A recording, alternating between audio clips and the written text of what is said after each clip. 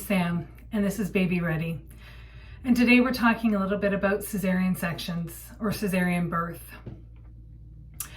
And we've spoken quite a bit over the last few episodes about potential interventions and variations in labor, whether that's getting the labor started artificially through induction techniques, or using vacuum forceps episiotomy as a means to help facilitate the birth. But the last big potential intervention or variation in your labor plan is cesarean birth. And very few expectant parents go into the process with the expectation that they're going to have a cesarean birth. Most expectant parents go in planning to have a vaginal birth, and that's for a variety of reasons. Very few people actually look forward to signing up for a surgical anything, and so signing up for a surgical birth sort of feels like it often puts you at a deficit when it comes to caring for your child after your child's born. And that's not wrong. You do have to recover, and it is considered major surgery because of how the incision has to be made. The incisions are typically made these days down at the bottom of the belly. So years past, the incision would be made up and down, closer to the top or the front of the belly. Now they're made low down, closer to the pubic bone, and they're made on a cross as opposed to up and down. And the reason for that is, if you think about a balloon, let's take a latex balloon, we inflate that balloon, and we know that at the top of the balloon, the latex is most thin. And at the bottom of the balloon, where you would often tie it off, or towards where you would tie it off, the latex is more thick, and it is less stressed and pulled throughout the process of inflating the balloon. So the uterus is not dissimilar to the balloon in that if we were to incise or cut that balloon closer to the top where the latex is more thin, and then glue that back together, even if we give it plenty of time to dry, we already know, just looking at it, that the next time we try and blow that balloon up, there is an increased likelihood that that glue isn't going to hold the way we want it to. Whereas if we incise or cut towards the bottom of the balloon where the latex is more thick, then if we glue that together and give it good amount of time to dry, then the next time we inflate that balloon, there is a greater likelihood that that glue will hold because there's not as much stress being placed on that latex. And that is similar to your uterus. If you want to have a vaginal birth next time, let's say for some reason you were told you had to have a cesarean birth this time, but it wasn't something that was indicating that for all subsequent births you would need to have a cesarean section. So you wanted to protect the integrity of being able to birth vaginally in the future. That incision low in the belly, transverse incision just above the pubic bone, is a greater, gives you a greater likelihood of that being successful. Vaginal birth after previous cesarean section is very common, but what is not common necessarily are providers or care providers who are comfortable with the procedure. So if you're watching this video and you're thinking about cesarean section because you've had a cesarean birth with your previous delivery, and this time you're pregnant and you're hoping to avoid cesarean section, then do seek out a care provider who has experience with vaginal birth after cesarean or VBAC deliveries. Because those care providers may be more likely to be thinking along the same lines as yourself. So why are expectant parents told that their babies need to be born via cesarean section? Well, there's a variety of different reasons. One is placenta previa. As you can see from the illustration, placenta previa is where the placenta is completely or partially covering the cervical os, the opening of the cervix, whereby if you went into labor of your own accord or you were induced and labor progressed, your cervix would dilate and the placenta would be delivered before the baby was born. The challenge and risk associated with that is that the cervix would allow the placenta to pop through before the baby is able to pop through, and then there would be an excessive amount of bleeding that comes, because once the placenta comes away from the wall, the uterine wall, there are no nerve endings there to tell the uterus to contract upon itself and to stop the flow of blood, that we don't need blood to be flowing to the placenta to feed and nourish and oxygenate the baby anymore. So the body is continuing to do what it normally does through the walls of the uterus by flushing all kinds of oxygen, minerals, and nutrients through the blood of the expectant parent to the placenta for the baby's body to pick up through the umbilical cord and take back to baby. If that blood is continuing to flow, then that means that the expectant parent is at great risk of hemorrhagic bleeding. So all people who have a low-lying placenta that is completely or partially covering the cervical os will be scheduled for a cesarean birth well before their due date, so that there isn't any risk to them from the placenta. Placental abruption is where the placenta starts to separate from the uterine wall. Oftentimes, it's a small piece of the placenta, and it's a very small piece lifted from the uterine wall. But again, because the body has no nerve endings in the uterus to give the signal that the placenta has separated and the blood doesn't need to flow from that area anymore, we often see a lot of blood associated with that. So that would be more of an emergency cesarean that would take place right away if you see blood. And that's why we often say, if you see blood and it's dripping independently of your mucus, that you put on a pad and you actually need to use a pad, then it needs to be addressed by your care provider.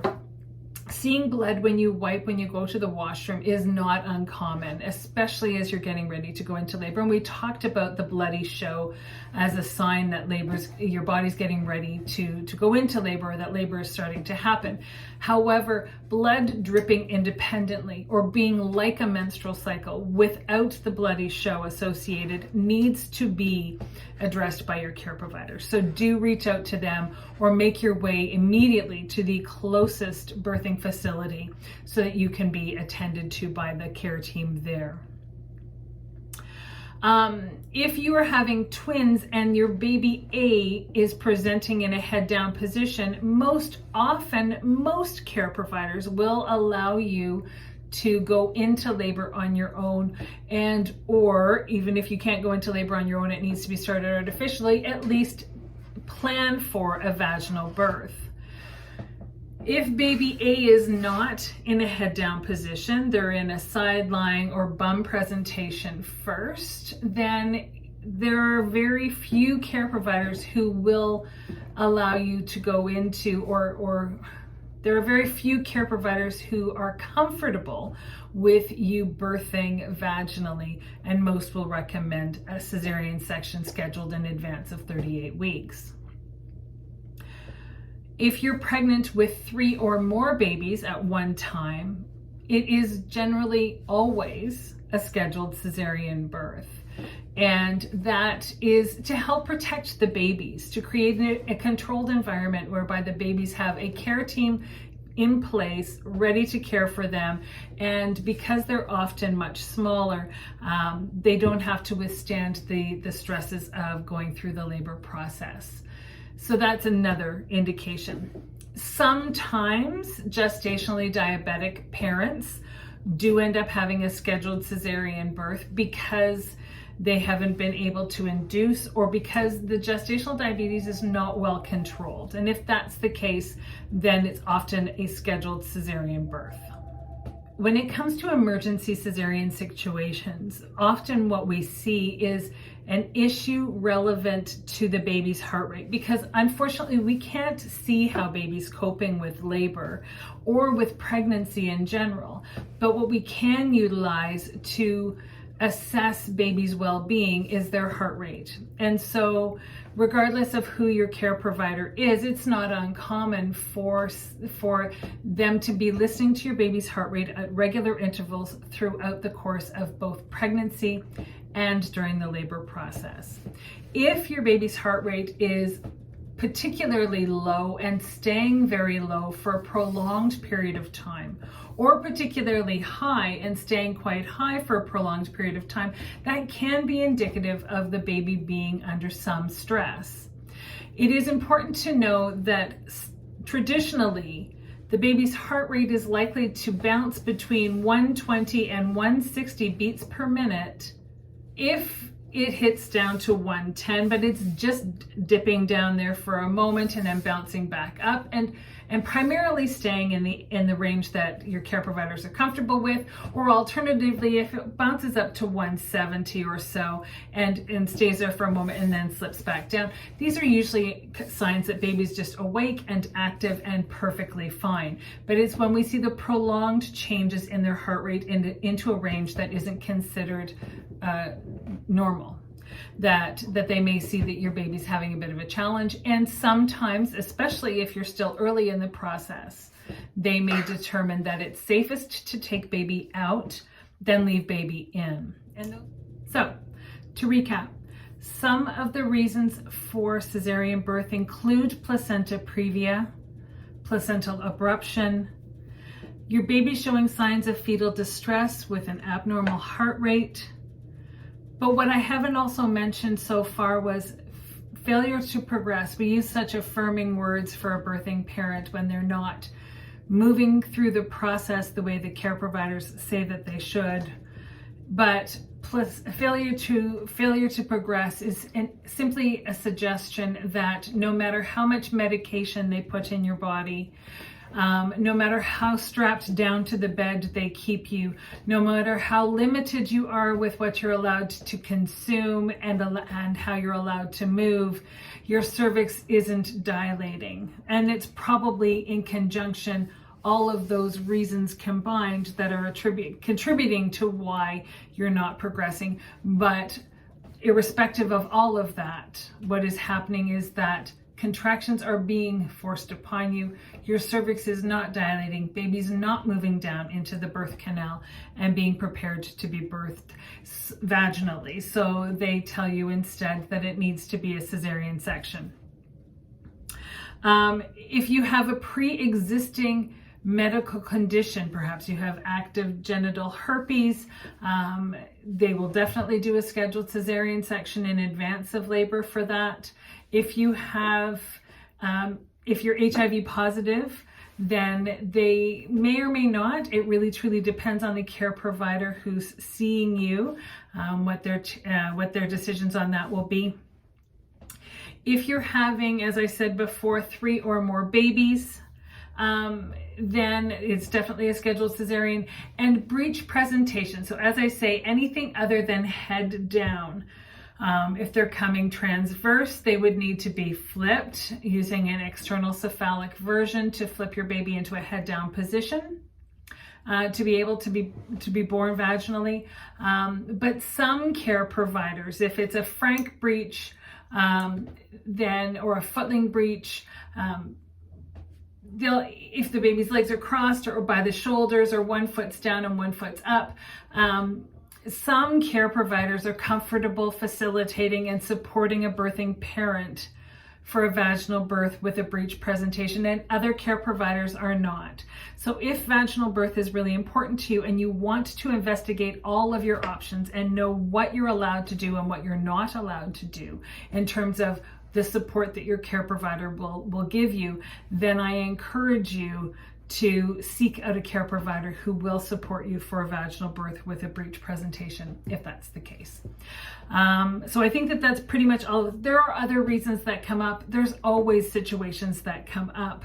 But typically speaking, in Canada, you will not have a cesarean just simply because you've asked for it. There does need to be a medical reason for it. So talk to your care provider, though, if it is something that is really important to you. This is your birth process, and you have a right to have a say in how you want it to unfold. It is important to know that cesarean sections are done in the operating theater. So you've been laboring in the birthing suites, in the straight up birth room, and normally that's the room you would birth in if you're having a vaginal birth, but you would be transported to the operating theater for a cesarean section. It's a sterile environment, and there's space for a team to set up there because you'll need an anesthetist, you'll need your nursing staff, you'll need your OB who's performing the cesarean. There'll be a second surgeon in the room. If you're birthing with midwives, your midwife will be in there as well to make sure that baby's okay. If there's been meconium, you may very well see a pediatric team or a respiratory therapist in the room as well. So it can sometimes be a little daunting to see how many people come into the space. As long as you're staying conscious, so they usually use a spinal or an epidural as medication for the birth process during a cesarean section. As long as you're staying conscious, then your partner will be given a set of scrubs and asked to wait outside the operating theater until such a time as you're set for the birth to start or the surgery to start, and then they'll be brought in to sit by your shoulder. And they will be asked to stay seated. Typically speaking, there's a sheet that's placed up ahead of you so that you can't generally see the surgical field. And your arms are very likely to be strapped down. One will have a blood pressure cuff on it and an oxygen and pulse monitor on your index finger, and the other is strapped down. And typically speaking, as frightening as that is in how it sounds, that's for your protection. Most of us aren't aware of the fact that it's unconscious for us, if we know someone's coming towards us with a knife, to want to protect ourselves. So it's a reflex that we have. So it is typically that they will strap the arms down to protect you. Once your baby's on the outside, then at least one of your arms is almost always released. I in fact have never heard of a case where a birthing parent is left strapped down once the baby's on the outside of the body, so that they can touch the baby, and baby can be draped across your chest and under your chin so that they can snuggle skin to skin with you. And if that feels uncomfortable for you, then have your partner make sure that they lift their shirt or they change their setup so that they can put the baby skin to skin with them. That is critical. All babies need time skin to skin, but especially so after a surgical birth, after they haven't had that squeeze of the birth canal and that burst of hormones that comes with a vaginal birth. They definitely need that skin to skin time immediately after they're born. So put them skin to skin with one of the two of you who are going to be most frequently with the baby and as care providers of the parents ultimately of this child. So have that baby close. After the surgery is done, once the baby's out, then they will make sure that the placenta is removed, and they will close everything in multiple layers. So the procedure itself often takes about 40 to 60 minutes. So it's not fast. The baby's usually out quite quickly at the beginning, but it does take some time for the processing afterwards to happen of the closure and making sure that you're okay and baby's okay and stuff like that. Then you're moved into the recovery department for an hour or two, and then moved to postpartum where you will recover in hospital until it is time for you to go home with your baby. That's typically some of the thought processes around cesarean birth. It is not meant to terrify you. And regardless of the fact that the numbers for cesarean births are quite high, I can assure you that with all of the care providers I've ever met over my many years doing this, and at birthing facilities all across the Greater Toronto Area in Southern Ontario, I can tell you that all care providers do cesarean births and perform cesarean sections because they feel that it is truly, truly in the best interest of the birthing parent and the child. No one does it because they've got a golf game to get to or somewhere to be, or they're tired of you being pregnant or anything else. They do it for your safety, your security, your well-being, and that of your baby.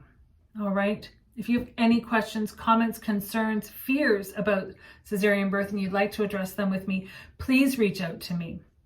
Either reach out in the comment section on this vlog, or reach out to me by email. That's babyrEADYLGBTQ@gmail.com, or using the submission page on my website, www.babyready.info.